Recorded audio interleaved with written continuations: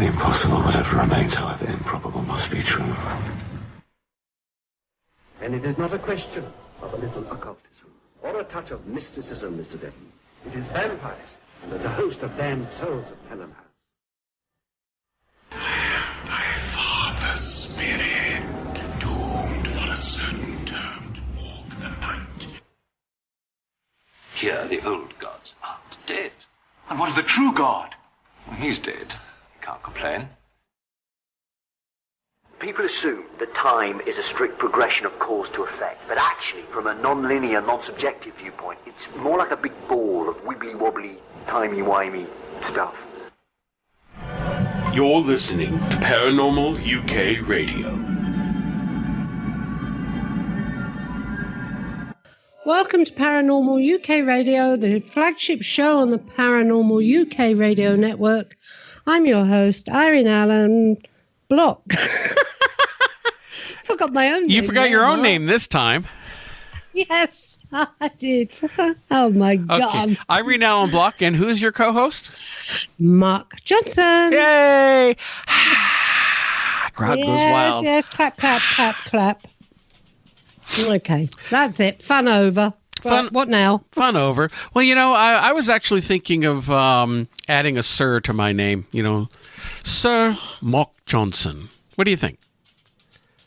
I mean, now listen, sweetie. Yes. You cannot be a sir unless Lizzie has actually knighted you. Or unless you're a Knights Templar. A Knights Templar.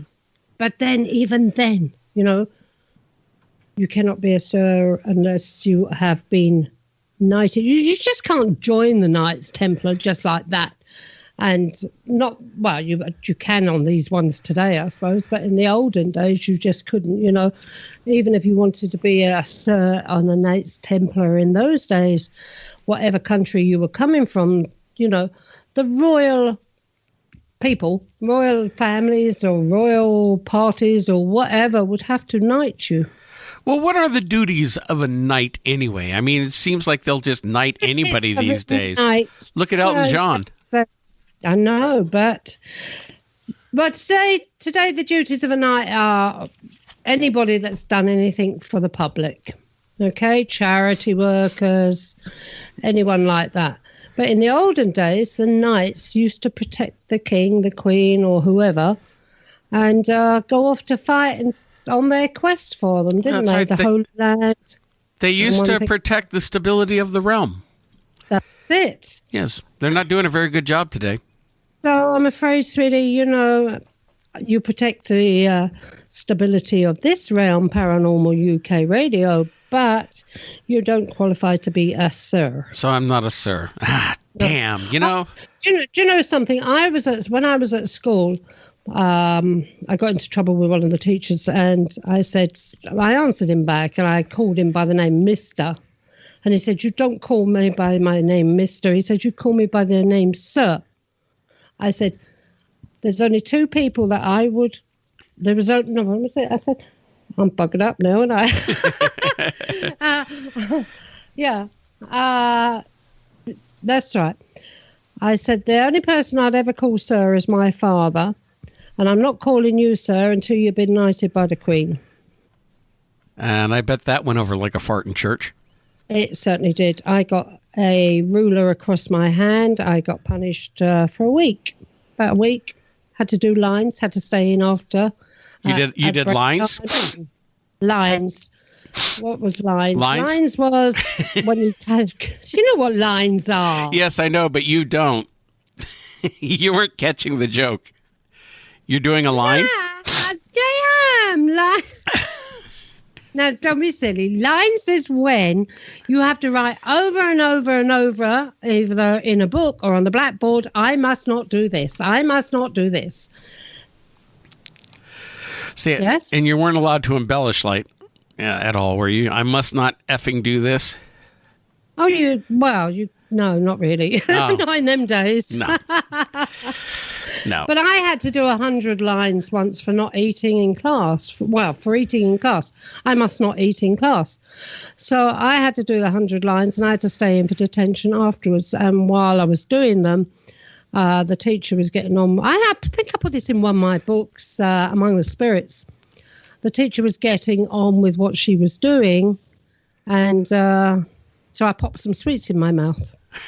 And when I looked up again, there was this teacher standing there, Mrs. Nichols, with her boobs up on the pedestal, and she had big ones. She had big boobies, and she had, those old desks, those like pedestal desk things. Yes, podiums. Had. Yes. Yeah, she used to lift them up and put them on that. Anyway, she was doing that, and standing right behind her was a Victorian school teacher with a cane, tapping it. Not a and live. looking at me. So not a live one. No, one was live, one was dead, dear. Yeah. So you were going to get your wrist smacked by two different teachers. Yes, I got clobbered. Well, actually, I just squealed.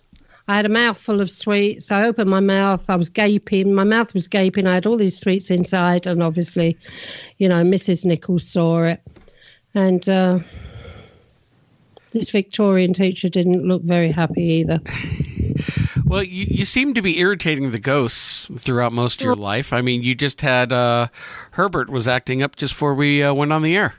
Yeah, he's just thrown my cup across the... Well, he's thrown my cup on the floor and then got my mouse, my computer mouse, and chucked it across the room. But that's him just letting me know he's around, You don't think he's upset by anything in particular? No. Don't know. I don't know what I've done. Being naughty, probably. I mean, I'm messing up everything today, Mark. Do you know why? Because I left it to the very last minute to rig up all the equipment for the show, and I panicked. Uh-oh. And I've been panicking ever since. I can't settle down yet.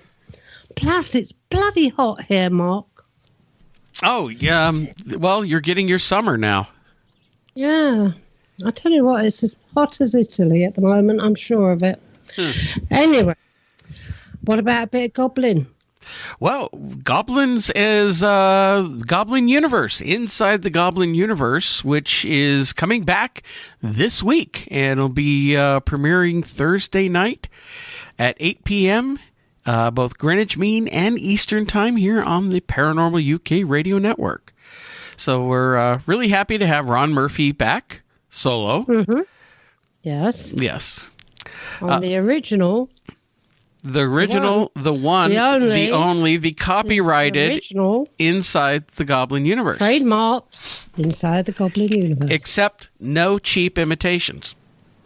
No cheap imitations, no. No. Actually, it will be playing tonight, won't it? Well, it's people listening, we're recording this on Monday, and of course our show goes out Wednesday, but Monday night we also aired a special premiere of it that's right, to give it some fanfare. But yeah, for anybody who missed it, it's the real premiere is Thursday night, and it'll be on every second Thursday at 8:00 every month. That's good. Very, very good. Yep. It's a good show. Now it's a good show. Yeah, I was upset that I missed this weekend was the Pine Bush UFO Festival up in Pine Bush, New York, and I was I was really upset that I missed it this year because I know I would have received such a warm welcome. Oh, but if you want to go to the Pine Bush, what's it festival? UFO festival? Yes. You have to know how to sit on the grass verge. On the grass verge? The grass verge. Oh, okay. Do a bit of sky watching. Oh. If you ask them, they will come. Oh, that's true. Yes. You just put it out there and ask UFOs to show up and they'll just magically appear for you. It happens to me all the time. Oh, no, wait. No, it doesn't. No, and they will blink like airplanes. Yeah. Yeah, you get, you'll know it's a UFO. If you see the red and green flashing lights, it's a UFO. Yeah. And if it makes the brrrr noise, it's even more a UFO. Yes. Yep. Well, apparently what was it? Pine Bush. Sorry. Pine Bush. Pine Bush. Pine Bush. Yeah. apparently the Pine Bush Festival was buzzing. You know, it's quite successful. And it's on every year, I believe, isn't it, Mark? Yeah, they hold it every year because it's supposed to be a UFO hotspot up there. That's where Whitley Strieber, who was a guest on this program, had his cabin where he had his infamous experiences. Yeah. Yep. So, well, maybe next year I'll catch it. We'll see. Yeah, maybe I'll come out for it as well. That'll be a laugh. Oh, yes. Again, I'm sure we'll be welcomed with open arms.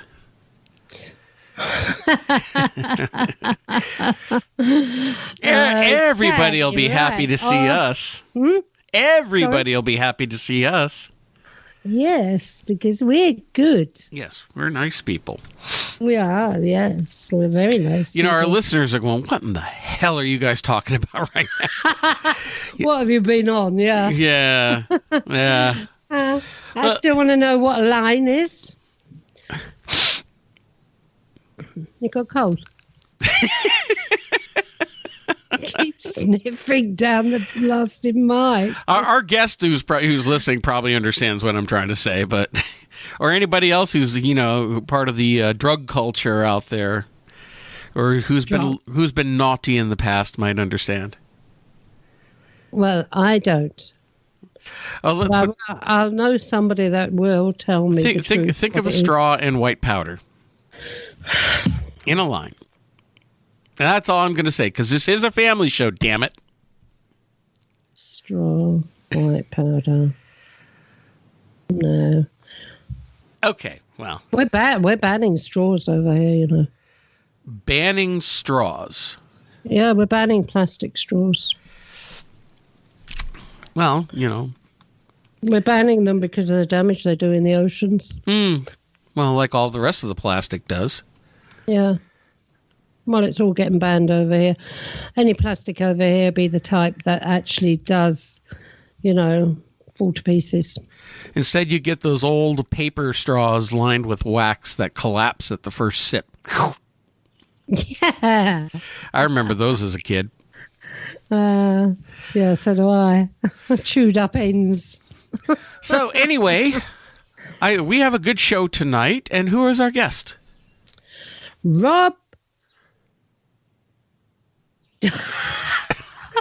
Again? Is there anybody's name that you haven't forgotten tonight? I mean, you can't even remember your own name. Oh, my God. Rob Gutro. Rob Gutro, welcome back to the program. How are you tonight, Rob? I'm doing very well, thanks. How are you guys? You can see we're... I'll tell you... Rob, it's so hot over here. I flipped, and Mark has always been flipped anyway, so it really doesn't make much difference to him. Is it so hot that you saw a dog chasing a cat and they were both walking? Uh-huh. I thought I'd throw a pet thing in there. Yes. Oh, yeah. Yeah. Well, I tell you, it is very, very hot here at the moment. It's uncomfortably hot. Absolutely uncomfortably hot. And I'm all over the place because I think the heat's gone to my head. Well, I thought that would have happened a long time ago, but...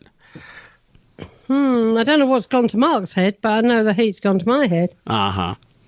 Oh, gosh almighty. And this room is so hot as well, although I've got windows open. It's not making any difference whatsoever. Anyway, Rob, how are you?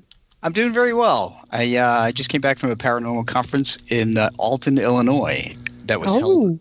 It was held in a place called Old Mineral Springs Hotel. It's a historic hotel that's not a hotel anymore. It's kind of a conference center, retail kind of complex, but it's very haunted. Very haunted. Mm-hmm. Did you feel anything, sense anything, see anything? Oh my gosh, many things. We actually went on a couple of paranormal investigations 2 nights in a row, and there was another medium there, and she and I experienced the same exact physical sensations 5 different times. So it's pretty cool. Wow. That's very good. Yes. Yeah. Good to get confirmation all the time. Yes, definitely. Otherwise, so sorry, dear. Sorry, Mark. What sort of ghosts are there? What sort of ghosts? Well, let's see. There's a woman who immigrated from Germany during World War II to escape the country because she disagreed with Nazism. There is a gentleman who died in a pool. There are 2 children, among others. There's a whole host of people. A woman who fell down a stairway. Oh. Oh, that's... They're all there for different reasons. And how old is this place? It was built, I think it was opened in 1912, and it was closed in 1960 or 1970. Oh, so it's not that old then? It certainly is not that old, no. But it's old enough to have a lot of dead people in it. It's not old compared to the Brits who have things over there hundreds to thousands of years old, where over here it's like, well, yeah, maybe about 200 years is about as long as we get. This is true, and last time I was on, we talked about my experiences in the many castles of England with my... Yes, and just reminding our listening audience, Rob is a psychic medium and an author. We had him on last time talking about his book, Ghosts of England on a Medium's Vacation. But tonight we're going to go in a much different direction, and we're going to be talking about your other books, Pets and the Afterlife. Yes, I've written 2 books, Pets in the Afterlife and Pets in the Afterlife 2. I've kind of become known, I guess, in some circles as the pet medium, the guy who talks to dogs, cats, horses, and some birds on occasion. What about iguanas? Do you ever talk to iguanas? I haven't spoken to any iguanas in the afterlife, but I will tell you that any domesticated pet, any pet that has lived around humans, has the ability to communicate with us. That includes rabbits and iguanas, if you will, too. Have I got time to go and get Pickles Peewee the Pope? Because he really needs somebody to talk to him. Pickles Peewee is their Pope parrot. Oh, okay. I want to know why he's such a nasty, nasty little bird. And he's a pope because he's been ordained. Yes, he was ordained. Is he still alive? Yeah, he's 35 years old. Oh, no, yeah. See, I can only talk to dead pets. You need an animal communicator to talk to. Okay, I can sort that one for you. I can sort it. I tell you. I just go and bash him on the head because, honestly, he is an absolute nightmare. Absolute nightmare. Pickles Peewee the parrot. He's got his own Facebook page, but he is such a nasty, nasty little bitter bird. And I love him to bits. Anyway, Rob. Well, so, someone for everyone, I guess. Well, Rob, let me ask, and I'm sure our audience will want to know, when did you first realize that you could not only speak or pick up on the energies of people, but animals as well? Animals came a lot later, actually. It was basically when I was 13 years old that I encountered my grandfather in the afterlife. He came to me 6 months after he died. And over time, I would have encounters with ghosts, earthbound ghosts, or spirits, those who have crossed over. But it wasn't until 2005 when a tragedy struck. A puppy that I had, his name was Buzz. He was a Weimaraner. He was killed by a car in front of me when his leash opened. And as soon as after that accident, he became the world's best canine communicator from the afterlife. And he really opened the door for me to not only get messages from him, but from many other animals. So you actually have like a mediator in between you and the pets, or are you able to get information from animal spirits directly? I can get them directly, but okay. I think Buzz really helped open the door. Okay. Now, one question that I have, and I know this is a hotly debated topic for many, many years, is the fact that, it's assumed by man's arrogance that, you know, we're the only sentient creatures on this planet, and we're the only ones who have souls, and the animals are just animals, and that's it.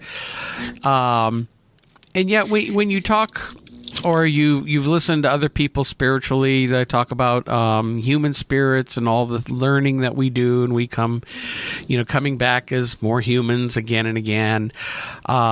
But yet, what about animals? What is it their spiritual essence? Is it like ours in that they reincarnate, or is it like, I've heard another theory that it's like a pool of life force energy that comes in for animals? I mean, what is your opinion on that? It's just like people. Every living thing actually has a soul. So the idea that, and actually that's the one question that always makes me totally crazy, is when people say nothing else has a soul.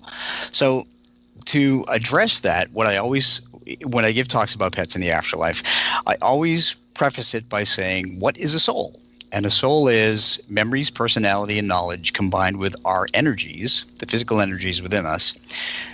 And we make a decision to stay here as what I call a ghost on Earth, or we cross over and join the light or heaven or Valhalla as a spirit.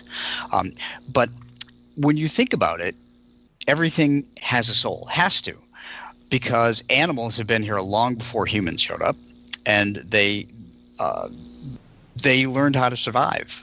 It takes a brain to do that.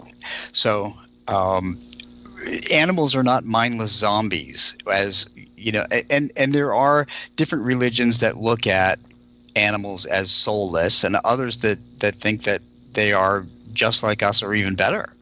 And I could agree with that. So just to think that animals are mindless zombies is absolutely ridiculous. Well, it's true. You know, anyone who's ever owned a pet, knows a dog or a cat or a ferret or anything, rabbits. They all show an affection, except for Pickles. Pickles just wants to eat your face. That's it. But they all show affection and emotions, and they're deeply. I know dogs are deeply emotional animals. Absolutely, and they give you unconditional love. Where cats, well, you're just their slaves. Depending on the cats. Actually, my cats were always pretty cool, but yeah, they do have personalities, and intelligence limited to what they are, but there is that intelligence there. They know things, they learn things. So it seems unreasonable to think that they would just be mindless zombies, because would a mindless zombie have emotions and feelings and learning capabilities? No, we call those politicians. Yeah. Well, they don't have learning capabilities whatsoever. Well, no, none. No. So, to further explore exactly how pets can communicate with us, there's a gentleman named Stanley Coren, and Stanley Coren is an expert on behavior of dogs. He actually uses dogs as a baseline because he has dogs. So sorry, live dogs? Yes, live dogs. Mm-hmm. So he's written a couple of books called The Intelligence of Dogs and How Dogs Think. Mm-hmm. And I've read both of those cover to cover over and over again. So what I always tell people is that in order to understand how pets can communicate, you need to understand how intelligent they are. Yeah. So when you think about this, and I'm just going to use dogs as a baseline because I'm a dog dad. Dogs know, they learn our language. They do obedience training. It takes intelligence to play games with each other, to solve problems, like how to you'll see a dog learn how to open a cabinet when you're away to go get a treat. They certainly have emotional intelligence because they show you warmth and compassion when you're sick or when you're tired. They run away when you're angry. They're loyal. They have a routine. They know location. They have different barks for different things. They have an alarm bark. They have a happy bark. They have different body language. You can tell when a dog or a cat is tense versus when they're relaxed. That's right. So these are all different levels of learning that pets show us, and as a result of that, they can convey things through those different levels. Yeah. I have got 7 dogs, so yes, I know. Oh my goodness. Yeah. Is it 7 or 8? I can't remember. 7. Mostly guard dogs, but, I've got 7 dogs, and I do study their body language, especially when they're together. You have to be able to spot when one of them's going to kick off. So true. And one of the chapters that I've written in both pets books is how dogs actually let us know when it's their time. Yeah, I believe that too. That's a question that I get all the time. Everybody feels guilty when they make the decision for their pet that it would be the humane thing to do to help them cross over, and but pets will show us they'll either be usually they'll stop eating. They have no interest in food, and what dog doesn't have an interest in food? That's right? It. Well, they stop drinking. And when they stop drinking, yes. Sometimes they'll actually go off by themselves, and they become more reclusive. To let you know. So that's how I think that you really know. Well, it's like when they're in pain, they'll go underneath something like the table or behind the chair. And that they're in pain. And related to that, people email me all the time and they say, well, I feel terribly guilty that I helped my dog pass. And I ask them to reiterate what kind of signs that they saw. Now, when our dog Sprite passed, he was 16 and a half. We had to make the decision. He was a dachshund, and he was in pretty bad shape when he came to us at 14. We adopted him we fostered him through a rescue. When we got him, we had to have 22 teeth removed because his mouth was rotted. He hadn't been neutered. He had an ear infection. He had kidney failing kidneys. He had a bad heart murmur. He was a mess. But we nursed him back to health and adopted him. He lived to be 16 and a half, so 2.5 years. And during the last week, his back legs failed him, and the kidney issue was getting worse. And finally, he couldn't get up the last couple of days. He stopped eating, and then a tumor burst inside of his nose. So we had to make the decision. And I felt guilty about it. But when I wrote an email to a friend of mine, she sent it back and she said, read this and you'll realize you did the right thing. And that's what I suggest to everybody that's listening.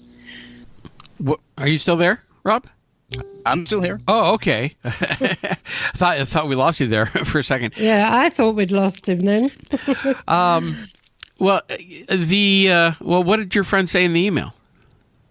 She said, just go back and read your email to me as if you were reading it from a different person, and you tell me if you did the right thing. And I read it and I thought, wow, yeah, it was beyond time.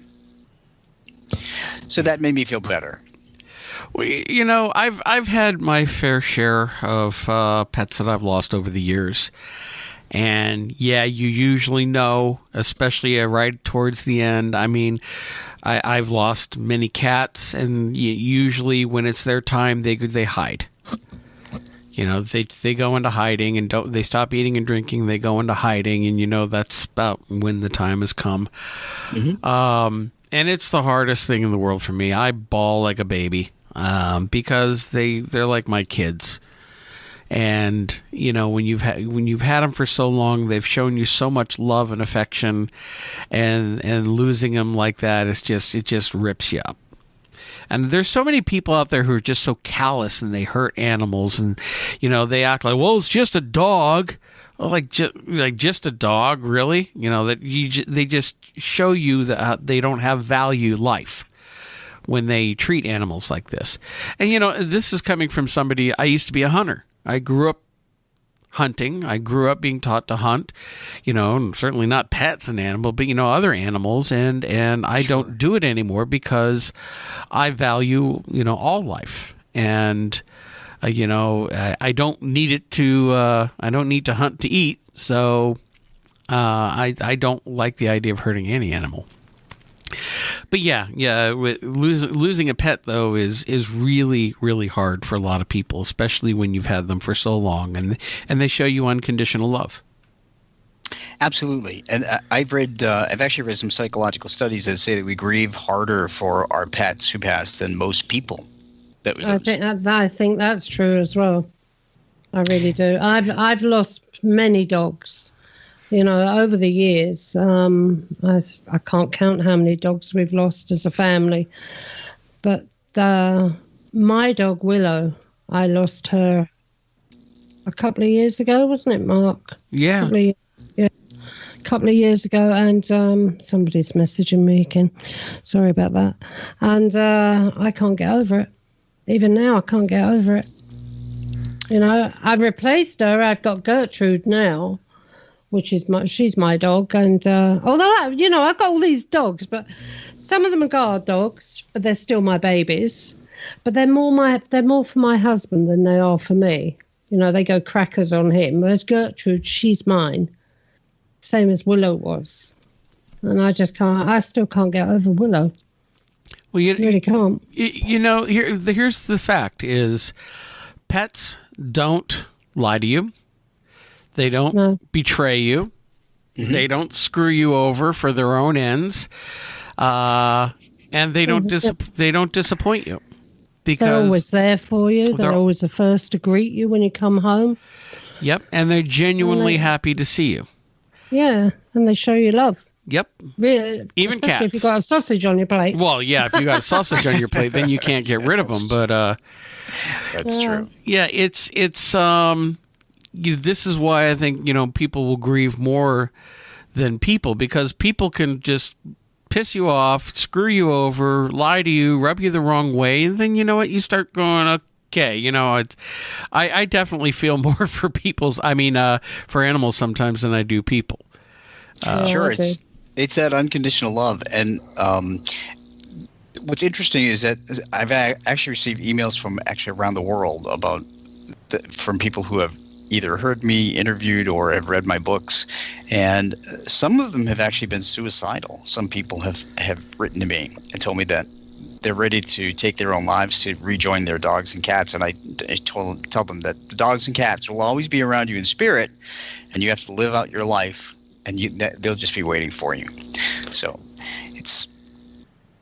Do you know something, Rob?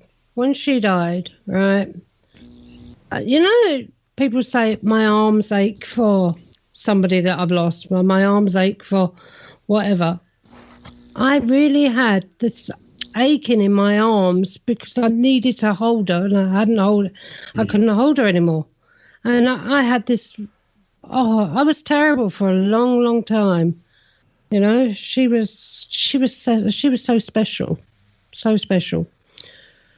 But I still remember that pain, that aching, that feeling of loss, that pain, heartache. It was terrible. Yeah, it absolutely is devastating. Yeah. And I want everybody to know that, you know, sometimes don't feel guilty if you don't have the courage to go into the vet's office with your dog or cat.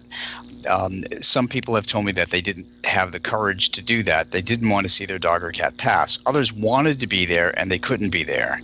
And yet others have told me that their dog or cat passed at home when they weren't around. But so here's the thing. Your dog or cat knows whether or not you can handle watching them pass. And they do everything they can to not have you see them pass if it's going to cause trauma to you. They will pass on their own. So don't feel guilty if you're not there. It's just like in a person. If a person wants to pass away or passes away when you're not there and you feel guilty that you're not there, that person made that choice to pass at that time when you weren't there because it would have been detrimental to your mental being. So it's really important to know that. Yeah. Well, I've been there for all of my pets when they've gone, except for one that I always regret. I mean, we took, it was the cat Carl, we took him to the vet, and because I had put so many other pets down, it was just killing me, and I couldn't do it, and I let the vets take him away rather than having him do it in front of me. And you know what? It's something I've always regretted, and since that time, I've always made sure that I'm always going to be there, that I'm the last thing that they'll see. You know, my wife and I are there for our pets. So you have to know that Carl doesn't want you to feel guilty at all because he read your energy, read your anxiety and your emotions and totally understood what you were going through and knew that it was the right thing for you because you would have traumatized over the passing more had you been there. What? So let it go. That's the message to you. Okay. Are you saying that's a real message now or just in general? Yes. Oh, That's really? A real message right now. Oh, Yep. Okay. All right. Well, he was a good kitty. So not that you need forgiveness, but he gives you forgiveness if that's what you need. The animals, when people are going to die, you know, we go through, we have such a fear of the unknown. Sure. And people, you know, religion comes into it. People have religious beliefs, and some people think, you know, if they're going to go to heaven, or you know, if they're you know, maybe they're atheists and they think nothing's going to happen, they're going to cease to exist. But yet, do animals, in general, have any kind of feelings on the subject, or is it like at the time they're going, they just know that, you know, their time is ending? Do they have a concept of the afterlife or what's coming next? What's going to happen to them? They do when the passing happens. So usually what happens when an animal passes, our loved ones in spirit are there to guide them over. That happens more often than not. And if not our human loved ones, other animals are there. So what happens is they usually see the light or the pathway forward open up in front of them, and they're always drawn to it because that's where love is, and animals can sense that. Humans can't as well as animals. As we discussed earlier, animals are very emotive and they can read your emotions, so they know that what's waiting for them on the other side is nothing but love. Humans, so that's why most animals do not stay behind as ghosts. Only if they have something, if they're really dedicated to someone, maybe they will stay behind as a ghost. But that's very rare in terms of animals. People, on the other hand, are a lot more stubborn. So we stay behind a lot more because we think we can help the family get over grief, or we have unfinished business, or we're afraid of what's on the other side. Animals don't have that, all those hang-ups that we have. So they just cross over. So the idea that there are... Okay, go on. Oh, okay. Well, I'll say this and I'll let you, if you have a question, go. It's gone. The question's gone, sorry. Oh, I did it again. She can only hold so much information at any one time. I started getting upset about Willow, so that's why I've been a bit funny at the moment. All right. Well, now what's my point? You made me forget. Well, let me ask you this, Rob. In connecting with animal spirits, you know, you said Carl came through there, and you know, how often does that happen for you? Are you able to access it at will, or do you need to be in a special frame of mind for animals to be able to sense animal spirits? I have to be in a place of peace, and like right now, I'm sitting in front of my computer at home, and this is kind of my quiet place, which enables me to concentrate. So usually when I'm walking around or when I'm talking to somebody somewhere, they just don't. I'm focused on what I'm doing. Here, I'm at peace. There's nobody around except for our 3 dogs. So that's when they usually come through. Now, you said that they really don't come back and hang around that much. And, what would be a situation where they would stay around? You mean as an Earthbound ghost? Yes. Well, actually, I ran into one of those in England. I think that we may have talked about it on the previous program. There was a little dog named Fanny that was very dedicated to his mom, which was Mrs. Johnson, an architect in the UK. And because Fanny passed first, Fanny was so attached to her, she decided not to go into the light. And as a result, she got stuck behind, and she's still running around in that home. So it's rare, but it will happen. I'll tell you an example of how a pet is helped to pass that I actually have in my book of our dog Sprite, if you'd like to hear that one. Sure, go ahead. Okay. So I mentioned earlier that Sprite was 16 and a half years old, and we made the decision to have him cross over. So because a tumor burst in his nose and he was bleeding, and after I took him to the emergency room at night, they said, do you want to do it now? And I said, no, I want to take him home for a couple of hours, let him see the other dogs, let them know what's going on. So that's what we did. And later on in the day, that we drove Sprite. As an aside, many people report when they're taking their dogs or cats to that fateful appointment that they start to show a major burst of energy. And here's the reason why.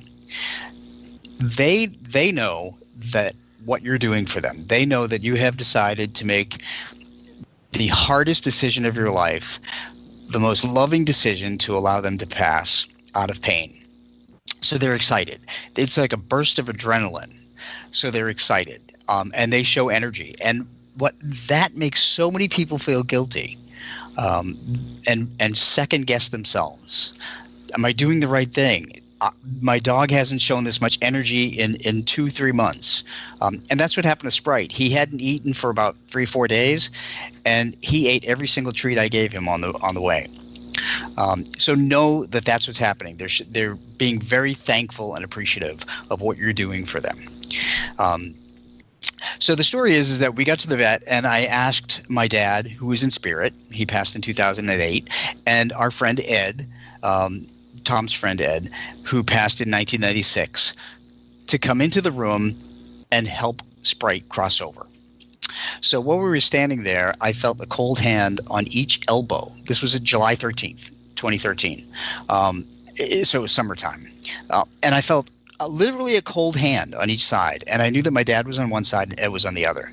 And I looked down on the floor, and there was Buzz, my Weimaraner, who had passed away. He had also come. It was really an emotional time for me. But I got that physical sensation that was a confirmation. The next day, we were walking our dogs, and I called on my dad and Ed, and I said, "Look, I know you were there. I felt you. I saw Buzz, but can you just give us a confirmation that Sprite is with you?" So as we were walking our other 3 dogs, we found 2 coins. One was dated 2008.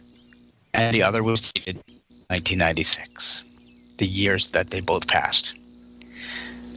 Simply amazing that my dad and Ed both gave us confirmations in coins with the exact year of their passings to confirm that they had Sprite on the other side. Wow. So you're convinced that your family members are looking after your dogs, sir? Oh, absolutely. That's good, because I tell my children when they were growing up that every animal they lost, Granddad's going to look after it. And my dad is surrounded by a zoo up there now, I can imagine. Everything from snakes, iguanas, to blasted turtles, dogs, cats, rabbits. It's a good thing they only have to eat energy, really. So they go crazy feeding them all the different stuff. Yeah. I think over the time we've lost about 15 dogs in the family. So I can just imagine my dad trying to take that lot for a walk, you know? Oh, my gosh, yeah. But if anything, I hope he's got my Willow. So I wanted to ask you, Irene, have you dreamt of many of your pets? Because dreams are the easiest way for pets to communicate that they're on the other side. I have dreamt of Willow, yeah, and I've also felt her about. And I've had her jump up on the bed, and I know, being who I am, I know straight away whether it's Willow or not. I feel her energy. I can, everything about her. I know it's her. Okay, and Mark, have you had dreams of your animals that have passed? No, I have not. Although I did have, while doing a paranormal investigation several years ago, at a location where there was a cat there that I knew it when it was alive, and it had passed about the year before. And while doing the investigation, several times that night we kept hearing a cat meowing, and we did catch it on audio. And there was no cat in the building. And when we played it for the owner, she confirmed that was her cat, Felix. So, and they had also had stories of children coming in and say they see this, they're pointing at the floor, and they'll say, yeah, when they're laughing, and they go, what are you pointing at? And they go, the kitty. So children were seeing the cat in this location. Wow. So, here's... I have another message for you, and that is, before you go to bed tonight, and every night this week, ask whichever pet you want to come into your dreams. Okay. But I'm getting the number 314 and what that means, and sometimes I get numbers. Pets will give me numbers. It could mean a number of things. No pun intended. It could mean the anniversary of a passing, or an adoption, or a birthday of someone living, or the pet, or it could very well be the time that you need to set your alarm to wake up in the middle of a dream of that pet. Okay. So there are a couple things. So if you dare, set your alarm for 3:14 tomorrow morning. Well, you know what? As much as I love my cat, I love my sleep. Okay. I get up early enough as it is. Yeah, I'll look into that. Oh, okay. Well, and I actually have received many messages from pets who give me usually 3 numbers, and sometimes when it makes sense, it can be a time. And when I've shared that, people have written me back, and they said they've woken up at that time, and they had been in the middle of a dream about that particular pet. Okay. So I've confirmed it a couple of times. All right. Well, I will definitely try that tonight. Okay, and I don't want to hear from you tomorrow when you're tired. I won't complain. Okay. Mm-hmm. So there, Irene, you mentioned that you actually felt Willow, and you heard Willow.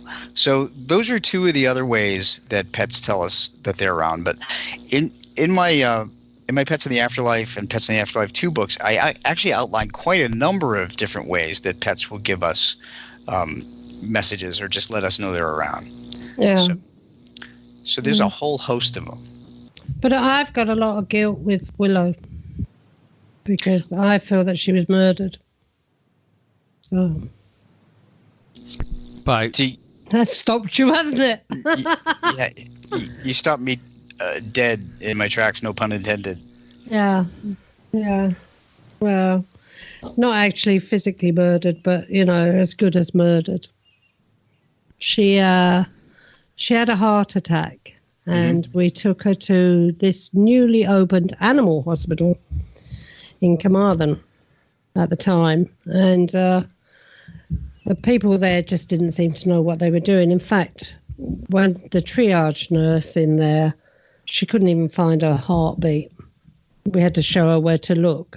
Willow was laying on her side, and my husband said, well, if you feel just under her armpit there, that's where it'd be, and one thing or another.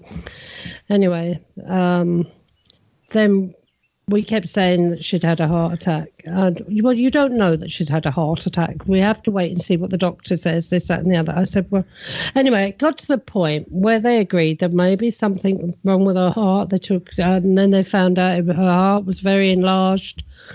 The heart specialist doctor had a week off. Locally, she was local, but they wouldn't call her in, one thing or another. And after 3 days, Willow was just lying on the floor in the cage, hadn't eaten, hadn't drunk anything. And that particular night, I went to see her, and she took a little bit of chicken. Now, I'm vegetarian, but I put chicken in my mouth, cooked chicken, and she took it from my mouth.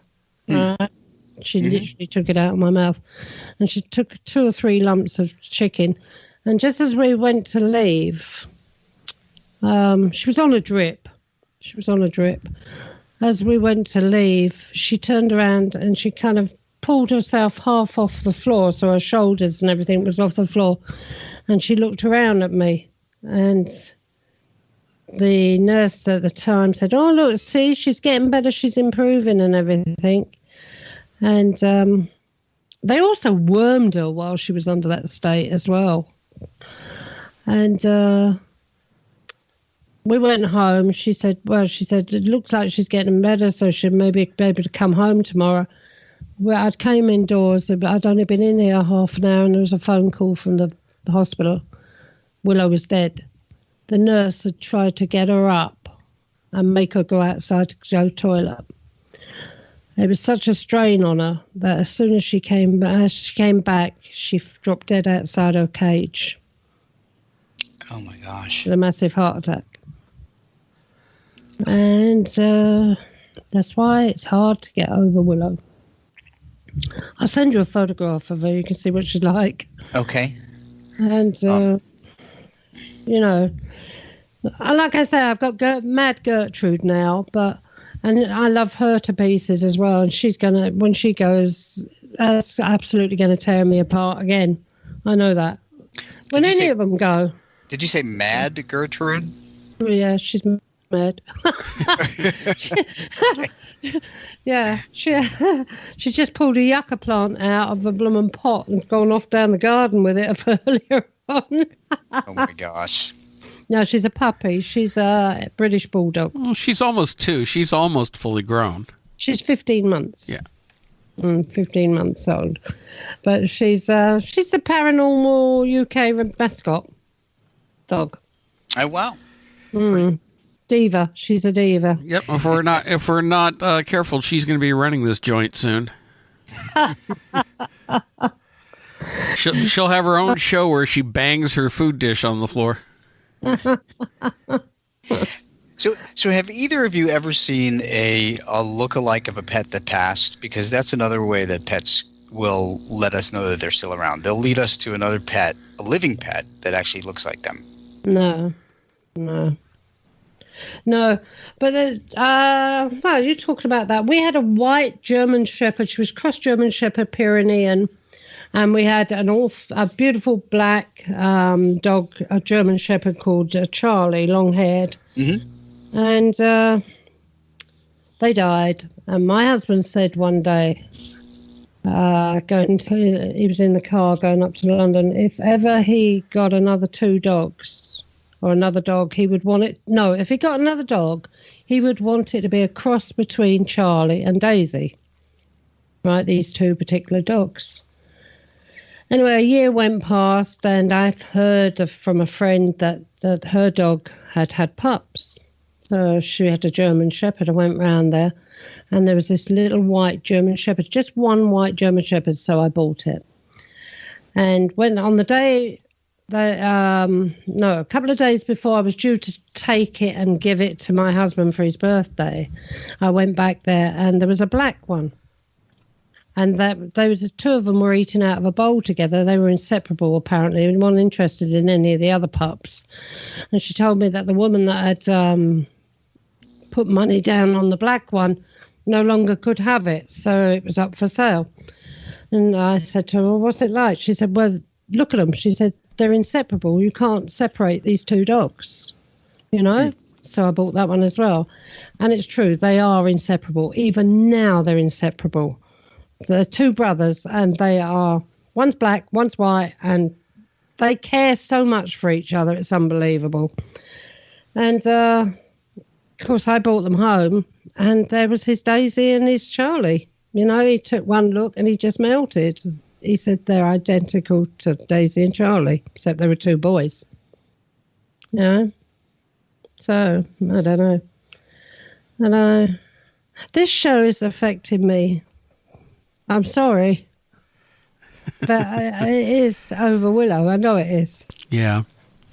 I mean, that's how much pets mean to us. I mean, I've lost family members, close family members, you know, and I'm devastated by it. But, you know, when you think about your pets, they really pull at the heartstrings. Oh, they do. Now, Rob, have there been any cases that other cases that you've gone on where pets have come through, or if you've delivered messages for people? Oh, Rob, I'm here. Sorry about that.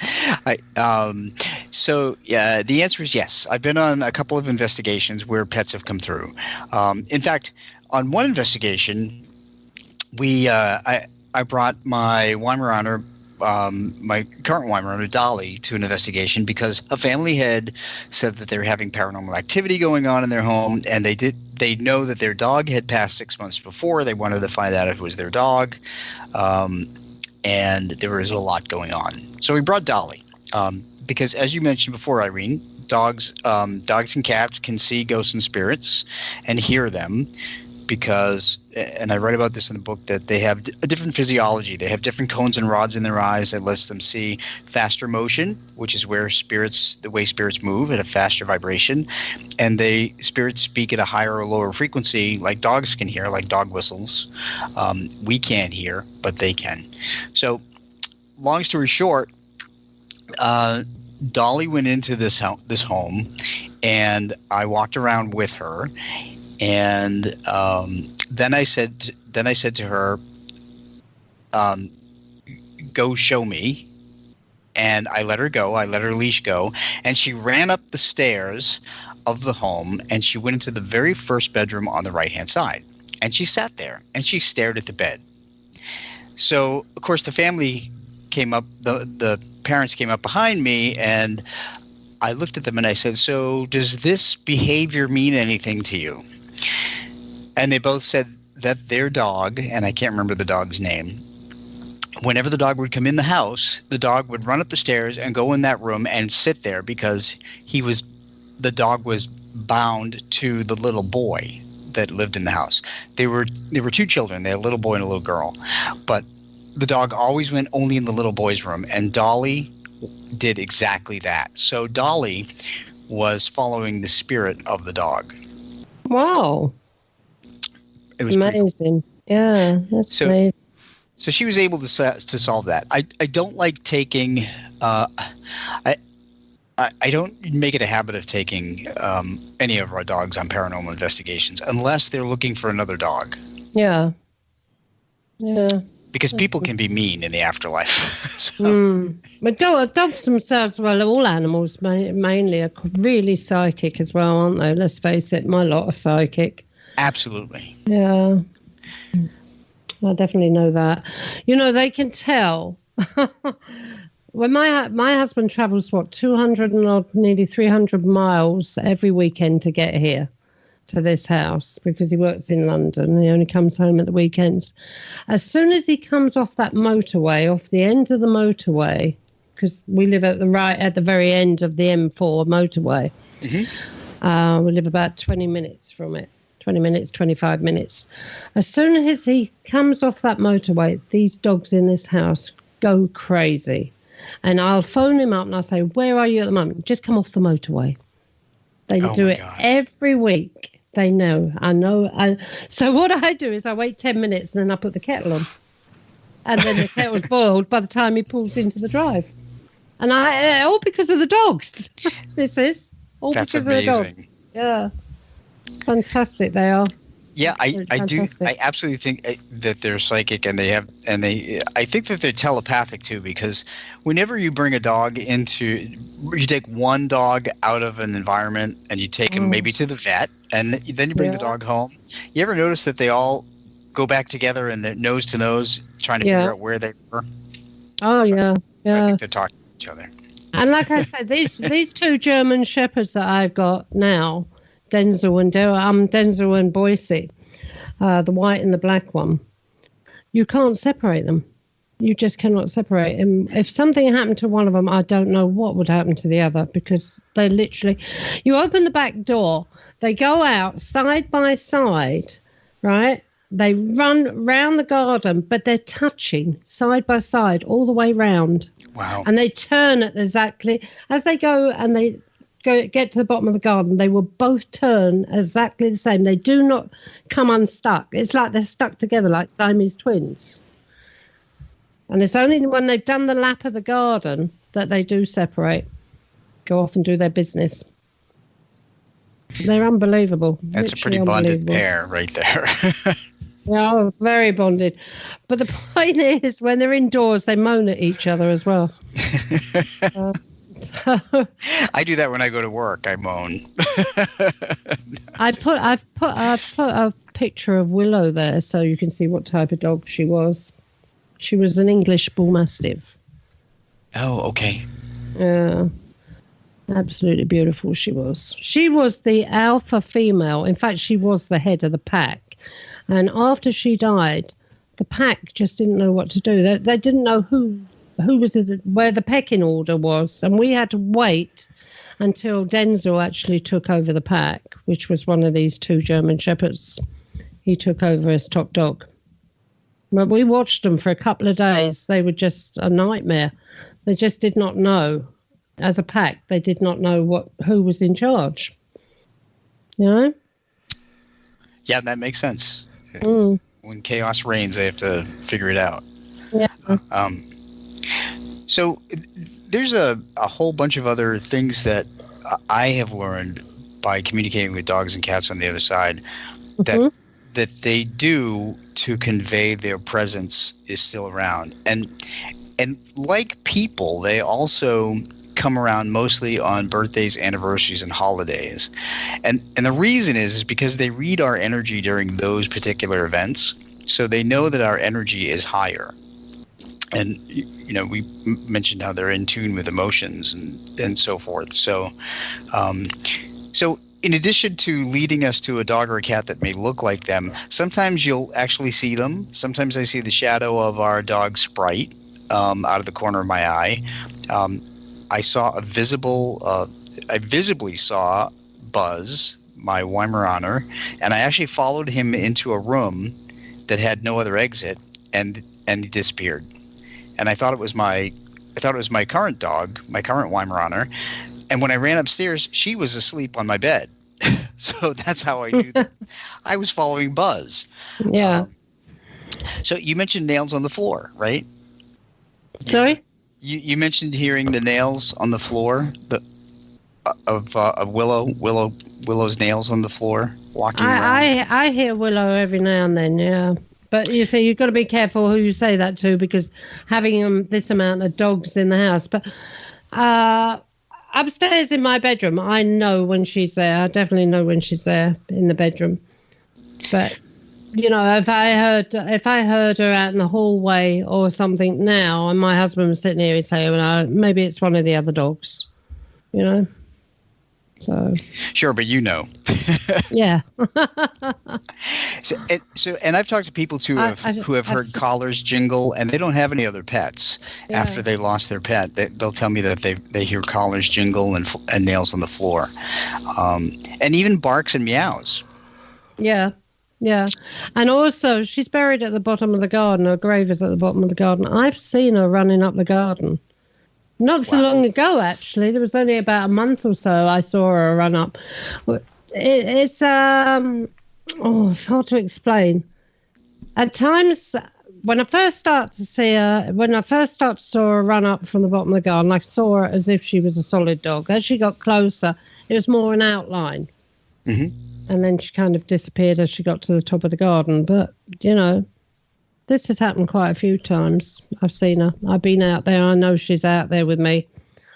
Or I've seen her out there. Was always very comforting to do that. So, Mark, have you seen any of your pets in spirit, either as like shadow forms or anything?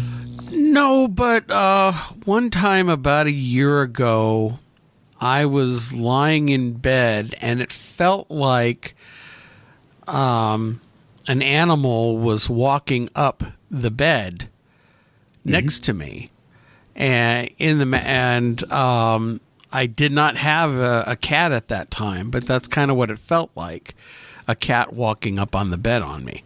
So I was groggy, although I was conscious enough to know I wasn't imagining it. But, you know, I really can't tell beyond that. That's about the most that I can remember. I'm gonna tell you something now, right? With Willow, okay, she's a massive grey English Mastiff, all right? But when she was a baby, she used to cry. So one night I took her out and I put her behind the pillow in the bed. From that night on, she slept between me and my husband. And that's why when I feel her on the bed, I know it's her. I can feel that weight of her laying there. She was a big dog. Yeah, they're big. They're really big dogs. Yeah, I slept on the edge of one side of the bed, and he slept on the edge of the other side of the bed for what, 12 years? 12 years. So it was Willow's bed, and you just happened to be in it. Yeah, yeah. That's how much she meant to us. The character of this dog is unbelievable. She was absolutely unbelievable. She was beautiful. She loved children. She'd sit there for hours posing with children with colanders, vegetable colanders stuck on her head. I've got a photograph of her with a vegetable colander on her head. Gosh. Spoons on her head. Anything the kids put on her head, she'd sit there with it on. So, yeah. So when you, sometimes when you feel a pet, you may feel like a temperature change, like a colder area, and I think, and as a meteorologist, I explain that by energy, because when spirits or ghosts try to energize, they have to take energy from somewhere, and they take it from the movement of molecules in the atmosphere. So fast-moving molecules are warm air, and slow-moving molecules are cooler air. Yeah. So to manifest, to come together, they take the energy of motion and slow the molecules down, making a cold spot. So if anybody feels a cold spot and had a pet, like especially around their ankles or their legs or whatever, it very well may be their pet too. Yeah, I've had that as well. And when I feel that she's sitting beside me or something like that coldness, I just put my hand down as if I'm stroking her. So it's a comforting thing. It certainly is. Yeah. So the other thing too is that pets, like people in spirit, can influence things in nature, like birds and butterflies, to behave oddly. Mm-hmm. And our dog Sprite did that. As a matter of fact, the day he passed, or the day after he passed, when we let our dogs in the backyard, there was a yellow and black butterfly, and we hadn't seen a butterfly all summer, even though it was the middle of July. Yellow and black butterfly circled our 3 dogs, and our 3 dogs didn't chase it, which is really odd. Instead, for 20 minutes, that butterfly lingered and landed on the grass, and the dogs just walked around it, kind of like they used to walk around Sprite, who was really slow and hard to move. So I got so close to that butterfly, I took a picture of it, a really close-up picture with my cell phone, and I knew that Sprite had sent that butterfly because it was actually moving the same way Sprite used to move when he was in the physical. And then over the years since Sprite has passed, I've received validation that Sprite continues to send me a butterfly. But and it's not every time I see a butterfly. Just so everybody knows, don't jump to the conclusion that just because you see a butterfly, it's a message from spirit. It has to be either acting oddly or associated with a date. So 2 years ago, I was driving to work, and a yellow and black butterfly came right up to my windshield and flew off. And then I realized that it was the anniversary of Sprite's passing. Oh. So there has to be some kind of connection in order to understand that it's a sign, because somebody's written me before and they've read my book and they said, oh, well, every time I see a bird, it's a sign. And I said, no, that's not true. That's not what I said. It has to be connected somehow. Mm-hmm. So as much as we want signs from people and pets who passed, you really have to think about it. Yeah.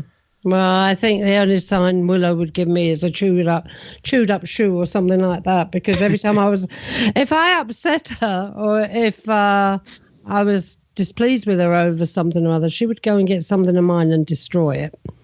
No, anybody else's, but she would destroy something of mine, as if she was getting her own back. But that was when she was younger. But not after she passed, have you found any destroyed shoes laying around the house? No. Everything she'd either do my purse or she'd do a handbag or anything, This dog, she was when she was young, she was an absolute terror. She ate 3 three-piece suites, spiral staircase, the mantelpiece. She cost us an absolute fortune. Architraves around the doors, anything. Oh my goodness. Would eat anything, absolutely anything. She'd cut her teeth on. It was unbelievable. So, yeah. She kept you on your toes, that's for sure. Yeah, she was a very expensive dog, but she was absolutely beautiful, and she'd die for you.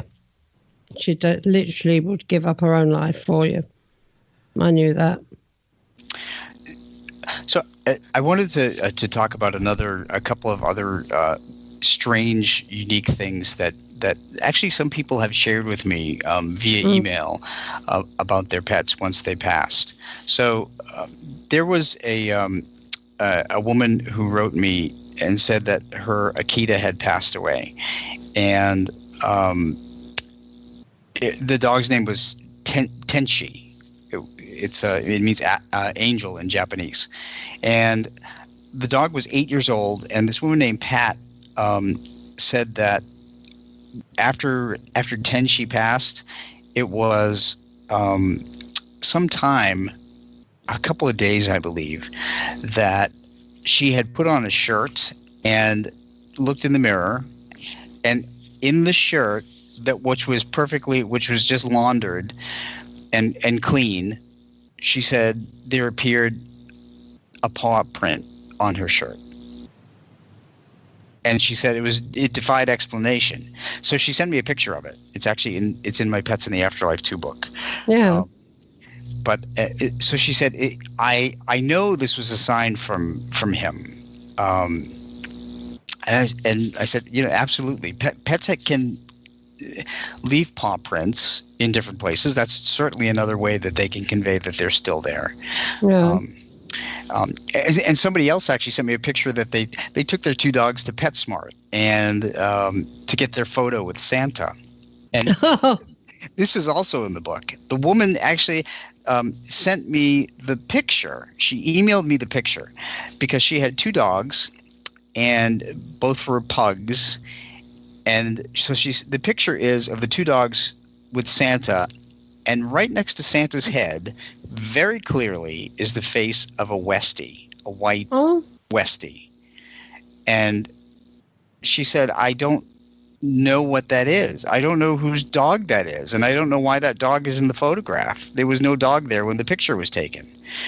And so I asked her, I said, did you have a Westie? And she said no. And as near as I could figure, either the Westie belongs to Santa and the Westie had passed, or the Westie belonged to somebody else who had shown up earlier with one of their dogs, and that Westie just wanted to get more pictures taken. Oh, dear me. So it's just amazing the way the dogs and cats can show up. Yeah. Yeah, it's amazing. When we first moved into this house, I've never had a cat at this house, but every time you would I'd walk into the kitchen, a black cat would run across the floor. So apparently there was a cat here at one point or other. It got killed out on the road, and on the concrete path at the side of the house, there's cat paw prints where when it was laid and it was wet, the cat had walked over them. So. But no, I would open the door, it would shoot across the kitchen and disappear at the wall. Oh my gosh. But after about 3 or 4 weeks of living here, it stopped happening. So maybe it didn't like the dogs and moved off. I don't know. But what sort of messages do you get? What sort of messages? Usually I get, what's interesting is that the personality of the pet comes through to me a lot. Yeah. Oftentimes they'll share their pain of death with me. So I'll be able to convey that to whoever's writing me an email, and they usually confirm that that's how their pet passed. But sometimes their personality really comes through, and one particular instance was a dog, a Chihuahua named Peewee, of all things. This little Chihuahua named Peewee came through to me in 2015, and I actually wrote about him in the Pets in the Afterlife 2 book, because it was so clear that his personality came through. So this gentleman named John wrote me, and he said that that Peewee had passed away on May 24th back in 2015, and they were totally destroyed by his passing. So first of all, animals can convey who is on the other side with them. So Peewee gave me a description in my mind of an older woman, and I described her height, her hair, the dress she was wearing, she had an open sweater, what her shoes looked like, that she was a grandmother, and just right down to the details. So John wrote me back and said, "Oh, that is definitely my mother. You've described my mother to a T. So I'm glad to know that Peewee is with my mother." And I said, "But Peewee's really strong about this." He said there's a toy of his that squeaks that he liked near the end of his life, and he wants you to keep it and not share it with another dog, but put it with his picture. And I said, "I don't even know if you have another dog," but I told him that Peewee will actually squeak the toy to let them know he's there. And he's at night, you'll hear him prancing around, and Peewee kept saying prancing. So there are a couple of things there. One was to keep the toy away from any other dog, and the other was prancing. Well, John wrote me back and he said they do have another dog named Charlie, and Peewee had a long, bone-like fur squeaky toy that he absolutely hated and did not want Charlie to ever play with. Yeah. So even in death, in the afterlife, Peewee did not want Charlie to play with his squeaky toy. I just thought that was hysterical. That's cute. And the other thing John told me was he said that he used to call Peewee his little prancing boy. Yeah. So Peewee kept telling me the word prancing, and John wrote, and he said, "It's amazing that Poopy knew that word. And I said, well, he heard you repeat the word prancing over and over again. So he's conveying, that's how he's proving that he's on the other side and that he's fine. Uh-huh. So it's just funny how their personalities come through. Yeah, it is. I was wondering whether they actually gave you really long messages. Like, never liked eating that liver she used to give me. Something like that. Yeah.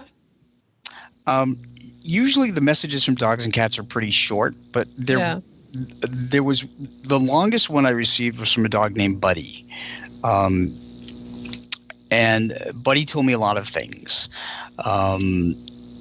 I gave a talk about pets in the afterlife in Virginia one year, and this couple were sitting in the back of the room, and they cried through the entire presentation. And I thought, oh my gosh, they're really hit hard by the loss of their dog. So they came up to me at the end, and they really couldn't even talk. They couldn't even find the words.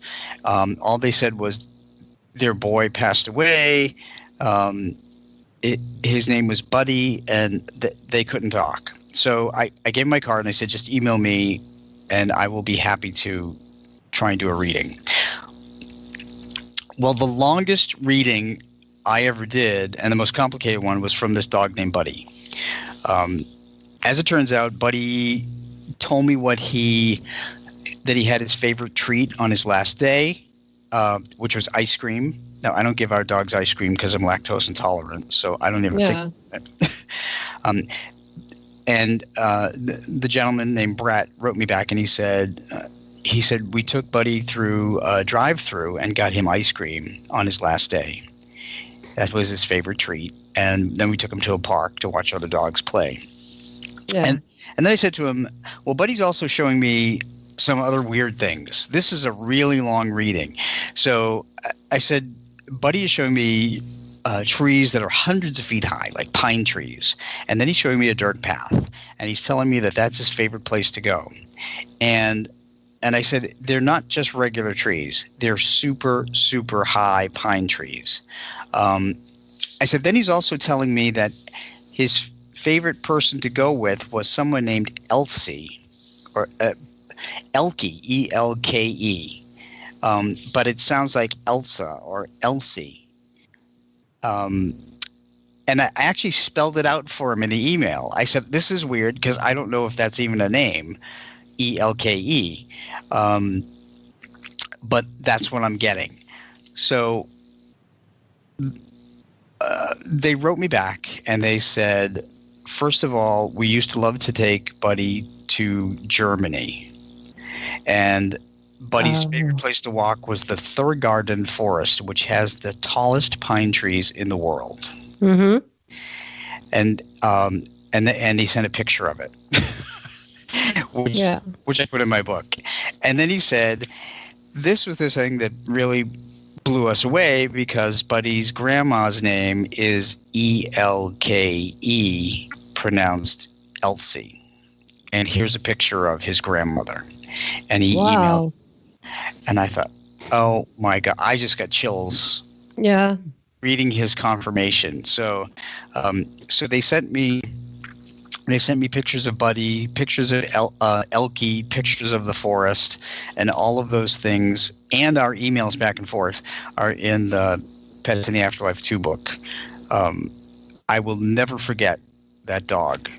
Yeah. That is one super smart dog. So, wow. Well, that's blown me away. Isn't it bizarre? I mean, but when you think about it, and he, although he wasn't a border collie, you read that some breeds are more intelligent than others. Like border collies are supposed to be the most intelligent breed. Yeah, I've heard that some border collies can memorize up to 1,000 words, which is. We had a border collie, Fluffy. And she was a very, very intelligent dog. Really intelligent dog. She saved my son's life, actually. Really? Yeah. When he was a baby, she was out in the back garden and he was upstairs. He was a toddler. well, not even a toddler then. He was, he was still in the nappy, but he was walking. And he was upstairs in the bedroom playing. And I didn't realise, but the window was open. And she come running in from the garden, ran up to me, bark, bark, bark. Ran halfway up the spiral staircase and back down again, bark, bark, bark, out in the garden, and she kept doing this. In the end, I gave in and I followed her upstairs, and he was sitting out on the windowsill, outside the window, and it was a concrete drop at the bottom. It would have killed him if he'd fallen. Oh my gosh. Yeah, I just managed to sneak up behind him and grab him. But if that dog hadn't told me, she was a border collie. She was absolutely brilliant. Wow. And she died in his arms when he grew up. He told her it was tired. She was ill, and he was sitting on the floor cradling her, and he told her that it was all right to go, and she just died in his arms. So. Are you trying to make me cry?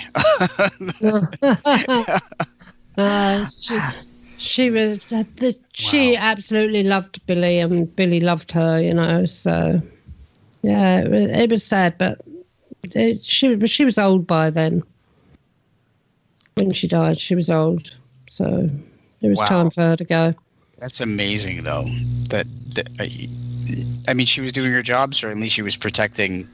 The family and protecting the flock, if you will. So she was about 18 when she went, 16 or 18, and so he must have been about 17 years old when she died, or something like that. Anyway, because it was when he was a baby that she saved him. So amazing. But we've had so many animals, and they do come back. I know they come back.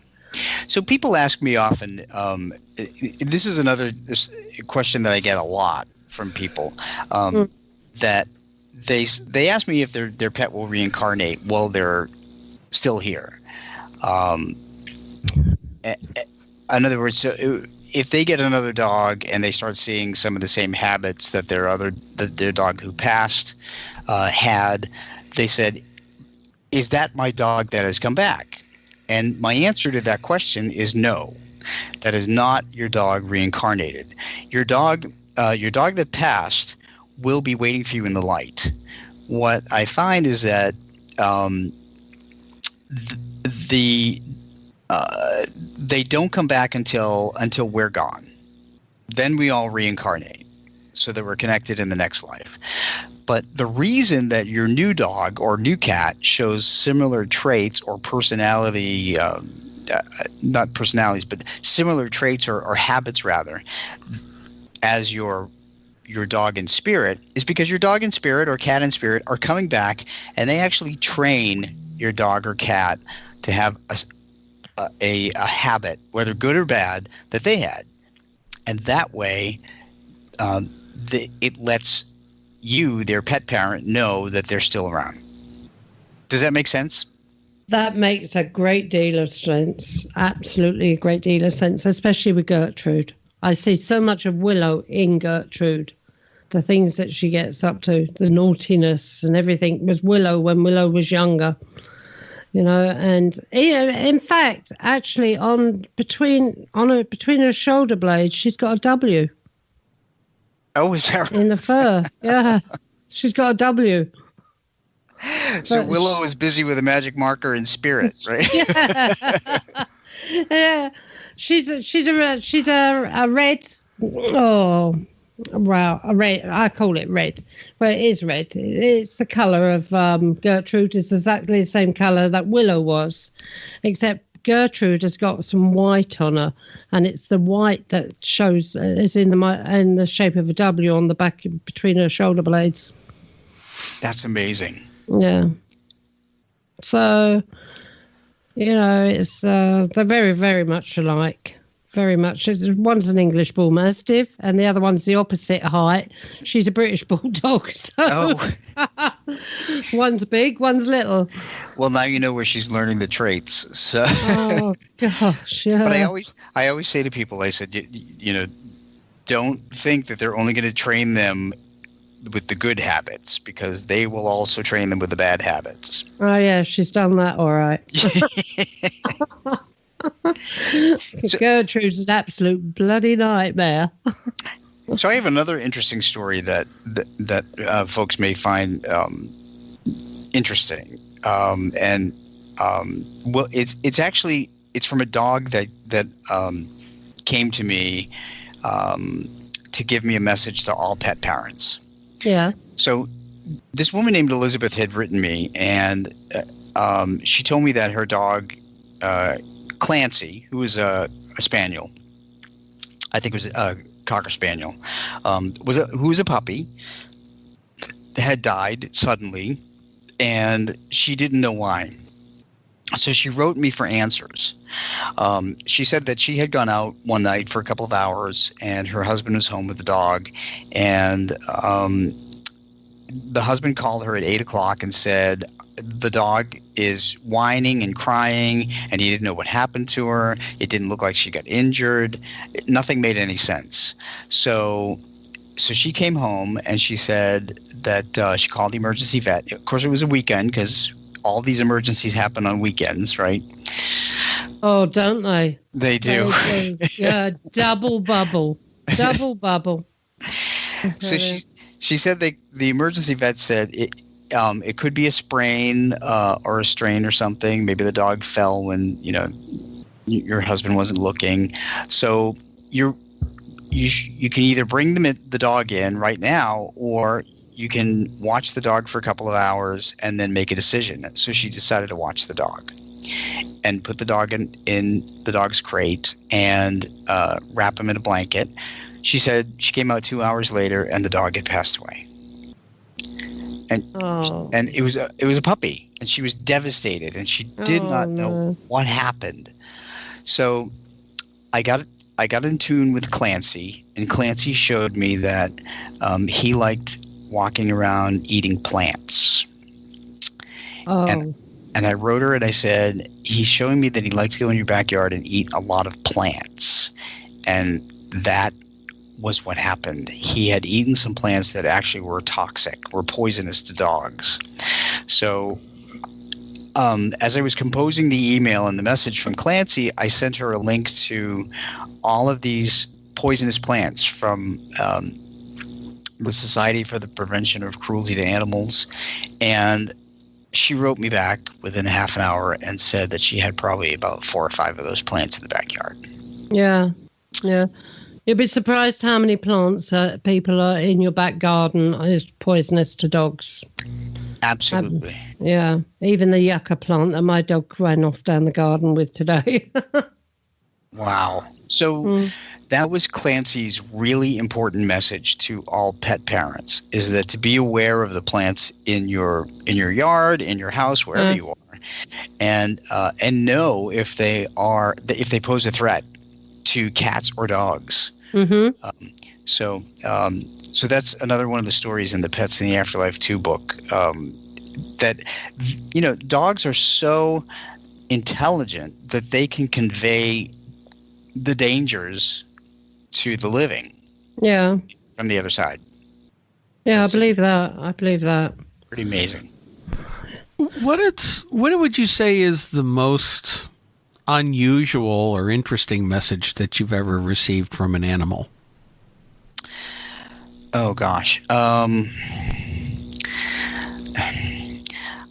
think I would have to go back and say that it was the long string of messages from that dog Buddy that I was telling you about, that gave me all of the information about his last day and his favorite place to walk and his grandmother. And I mean, that was just so many details that, I didn't know anything about these people, and just to get all of that information all of this stuff just amazes me, even though I get it. I send it out blindly to people I don't know. I just hope that they can make sense of these things. So I always tell people that mediumship and messages are a puzzle that we have to put together. And often it's the person that the reading is for, that they have to make sense out of these things. Well, what about, besides dogs and cats, have you ever had horses or any other animals? Yes. Very rarely do I get messages from people who have had horses or birds, but there have been signs from both. So basically any domesticated pet has the ability to convey messages. People have asked me before about wild animals. They said, "Can you read wild animals?" And the answer is no. I can't. I can't read wild animals because wild animals have not been around people. They're not domesticated. So they have they have very little in common with us. Certainly I can read emotion, but that's it. But domesticated pets have been around us, so they know our habits, they know our names, they know language, they know emotion, they all kinds of things, and that's how they're able to communicate with us. You see, I've communicated with spirit over the years. Maybe not so much with animals. I feel animals around me. Like I say, I know when Willow's about, one thing or another. But I've never, ever tried to communicate with a pet in that way. And I always thought, because if you think about it, I live in a valley, and when the dogs are out in the garden at night time, they talk to each other. Like last night, Gertrude was talking to a dog further down the village, and then the farm dog was answering, and you know that they are in communication. Yeah, communicating with each other. You know it by the way it's going around. And I always thought that if I try to communicate with a dog, it's going to start barking back at me, and I'm not going to understand a bloody word it's saying. I never thought for 1 minute that you'd be picking it up, or I could maybe pick it up the way you do, through emotions, through feelings, that like ESP sort of thing. Like when you're with spirit, when you're dealing with human spirits, you get to feel, how they died, you feel their ailments, you feel their last, moments and things like that, and they give you messages. I never thought that maybe the same thing could be with animals. Mm-hmm. Maybe because I never tried. I don't know, but Sure. Because after Willow died, I blocked myself that way. I did. I just didn't want to know any sort of communication with animals unless they were living. I was just really blocking everything. Well, that's what happens when we're grieving. We block things, and that's another important message. I'm glad you brought that up, Irene, because people ask me all the time, when can I get a message from my loved one in spirit, my pet or my person? And I tell them that grief actually acts as a block to messages. It doesn't let us see the messages that they're trying to send us. So sometimes spirit will actually go to somebody we know and give them a message somehow. Like that person may find a coin and say, "Oh, I have to give this coin to my friend who lost their dog." Maybe it's a lucky coin, and you look at the year, and the year says that the year is the year that the person or pet had passed. So that is a message. So spirit works really hard to try and get messages to us to let us know we're okay. I mean, they're okay, but dreams are the most common. That's the easiest way. Mm-hmm. What's the most unusual animal that you've ever received a message from? I think a rabbit.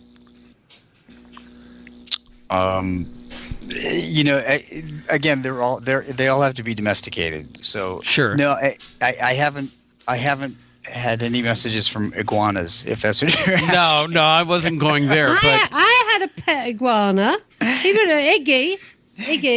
Did Iggy communicate with you though? Yeah, I tell you what, if he communicated, he'd more than likely turn around and say, "Why is it that every bloody iguana in this world is called Iggy?" Oh, that's true. They are. Iggy iguana. Because okay. He started off as Godzilla until Billy decided to call him Iggy, but he was Godzilla at the very beginning. But he lived quite a long time as well, this iguana. Wow. Yeah, we had every animal. Why do you think that you're only picking up on communication from spirits of animals that were domesticated rather than any other types of animals? It's just that they domesticated animals know our language, they know our habits. I can actually relate to domesticated animals much easier. Like a lion in a zoo would really not know our language and our emotions and our habits. They're more in tune with us, aren't they? Yeah, they're definitely more in tune. Animals are domesticated pets are definitely more in tune with us because they spend a lot more time with us. Yeah, and as non-domesticated pets, they're always wary of us. Always wary of us. Yeah, they're on the defensive a lot because they don't trust us. Yeah. So, certainly though, like elephant trainers would be spending a lot of time with elephants. So elephants would have the ability to communicate with a medium, but I've never been asked to communicate with an elephant who passed. I don't know any. What about and this is it kind of goes both ways. Let's say a farm type animal that is around humans, semi-domesticated in that they're cared for by humans, and but those types of animals, not exactly pets, they may even be livestock, but they're kept by humans and taken care of. Well, yeah, certainly there are. It depends on the level of care and interaction, I guess. A friend of mine has some pet goats, and she really pays a lot of attention to the goats, almost like like their dogs. So in that case, I think it's the level of interaction with humans that enable the communication. If you think about it this way: if you don't speak Spanish and you go travel to Mexico, the more you are around people who speak Spanish, the more you're going to pick up, the more you're going to understand different things. And that's the way I look at it between domesticated and wild animals, is that if you're not immersed in the language and the interaction all the time, then it's much harder for you to communicate with them. Does that make sense? It does. So it doesn't sound like I'm ever really in danger of being communicated by the pig who was in my ham sandwich at lunchtime today. No, I don't think you have to worry about that. Rotter. Oh my goodness. Trust him. Chris, there was that one cow I wanted to really thank for the steak I had this weekend because it was phenomenal. Well, you can thank the cow because she gave her life for you. All kidding aside, that it was a custom, I know, with some native peoples that would do that, that have that respect for animals and thank them, when they hunt them and kill them. There was that. Sure. They gave that respect for giving their lives for them to live. Yeah, absolutely. Yeah. So, and like I said, every living thing has a soul, and every animal can be made to be domesticated. Certainly, excuse me. We've heard people try to domesticate monkeys and pigs and goats. and even alligators, for gosh sakes, which I can't even imagine. Yeah, I know of people who do that. Yeah, it's like I've seen porcupines, which are actually kind of cute. There's some great porcupine videos floating around YouTube there for a while. Until they grow up, and then you irritate them, and then they quill you. Yeah, exactly. Right. Well, that's like, people who keep chimpanzees, they're cute for a while until the day they grow up and rip your face off. Sure. Yeah, there are some pets that just should not be. There are some animals that should not be pets. But you have never communicated with a pet that's been ill-treated or absolutely terrified in life? Yes, I have. Yes. There are quite a number of pets that I've communicated with that have had bad experiences earlier in their life. And what I've found with them is that they are extremely forgiving. And what they try to do, and what they've been successful at, is putting those memories behind them and focusing on the memories that they have with the person now that loves them. A lot of rescue animals will do that, and that's something that we as humans just don't do because we just don't get over stuff. But animals do tell me that they still maintained their fear. Even though they were in a new home and they were in comfortable and safe settings, yeah, always going to remember. You're always going to remember what happened to you. Well, it's trauma, isn't it?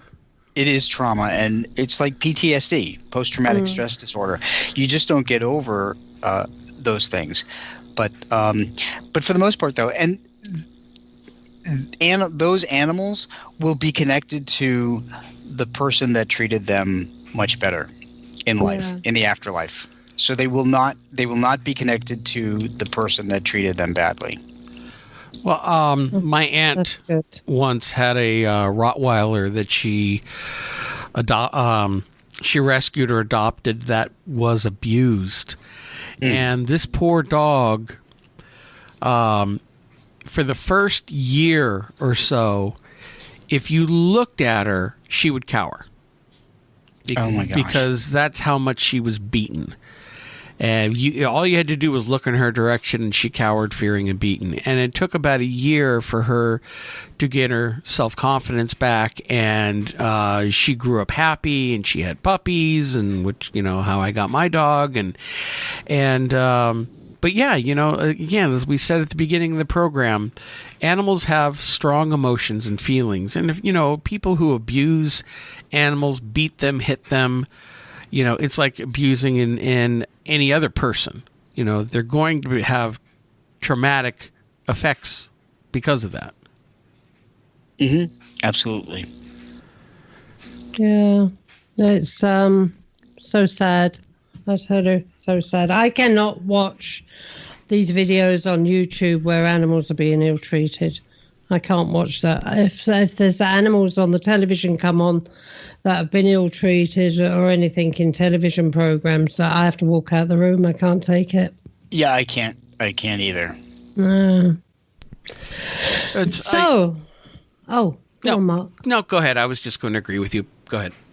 No, carry on. Agree with me, Mark. Agree with you. It. Yes. You like to hear me agree with you, don't you? Yes. Even though I think you're wrong most of the time.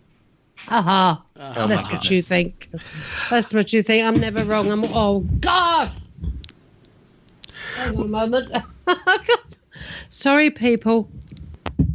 Is Herbert acting up again? I'm not going to tell you. It sounds, Mark, it sounds like Irene is bowling in her living room. Yeah. I think Herbert just bowled a strike there. Hold on a second. I can't do anything now. I'm stuck. Oh. Okay. Right. All right. Carry on. You were agreeing with me, Mark? Yes, I was agreeing with you. That's good. People who abuse animals, I think I get more outraged when I see abuse of an animal than I do a person, because the animals themselves have that innocence to them, and sometimes they can't take care of themselves or defend themselves. Because they try, especially domesticated animals that are taught to trust us, but then people who go ahead and abuse them and do horrible things to them. And I know that there's also cultural differences, because when you're dealing with dogs and cats, okay, here in the Western cultures, we love them. They're our pets. We can't think of anything else. But in other parts of the world, they're lunch. And, it's horrible to think about, but yet there are other cultures who eat them. Mm-hmm. And, it's just, I don't know. I wonder what the, the animals who feel that way and are used to being domesticated, how they would react to that. Is that a question mark? A question/statement. I don't know if you had a comment on that. Who? Rob. He's talking to you, Irene. No, I was talking to you, Rob. Oh, you're talking to me. Well, all the animals come together in spirit on the other side. So everybody knows what their purpose was when they were here. Some of them, and we all kind of know before we come what our lives will turn out to be. And we forget that, of course, when we come to the physical. But so we know the challenges we're going to be presented with. And we accept those challenges before we come. So some animals know what's going to happen to them. They know that they're going to be raised for food, if you will. Others know that they're going to be raised and be loved. And we just agree to whatever that life is going to be.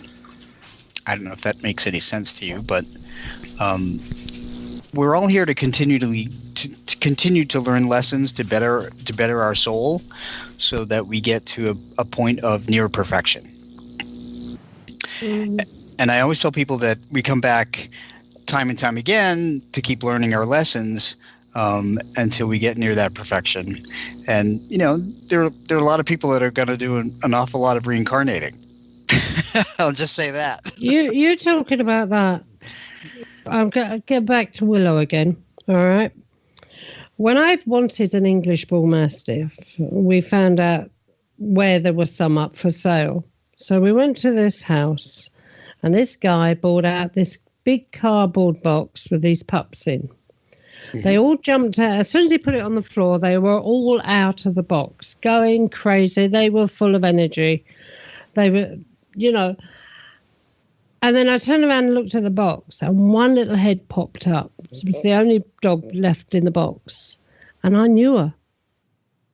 Oh, okay. I knew her. I recognized her. She recognized. It was as if she recognized and knew me, and she chose me, and I chose her. But I knew that dog. Don't know where from, but I knew her. I knew she was the one. Yeah, you knew her from before. And my husband turned around and said, why didn't you go for one of the more energetic ones that were jumping around, the healthy-looking ones and one thing or another? Well, she was healthy, but she was just a lot quieter than all the others at that particular time. But she just put her head up from the box and looked straight at me, into my eyes, and that was it. Our eyes locked, and I knew she was one because I knew her. I recognized her. Yep, from you recognized somewhere. her from a previous life. Yeah, I must have done. I recognised her soul or something in her. Mm-hmm. And that was the one I had. I told her, straight away, handed over the money. She was the one. So, what about? I always remember that. Well, taking a step back a second, and you mentioned earlier about we come into this life, we choose our path, we choose things we're doing. But, do people, we have laws, we have things about, how humans behave towards each other.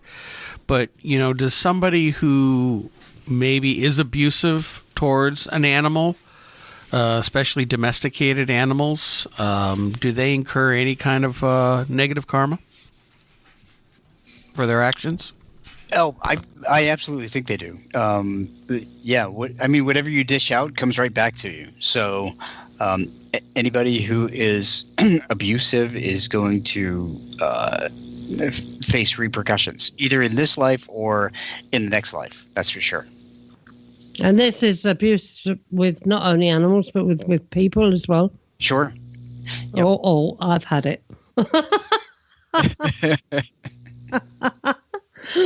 I'm good with animals. I love animals. But people, no.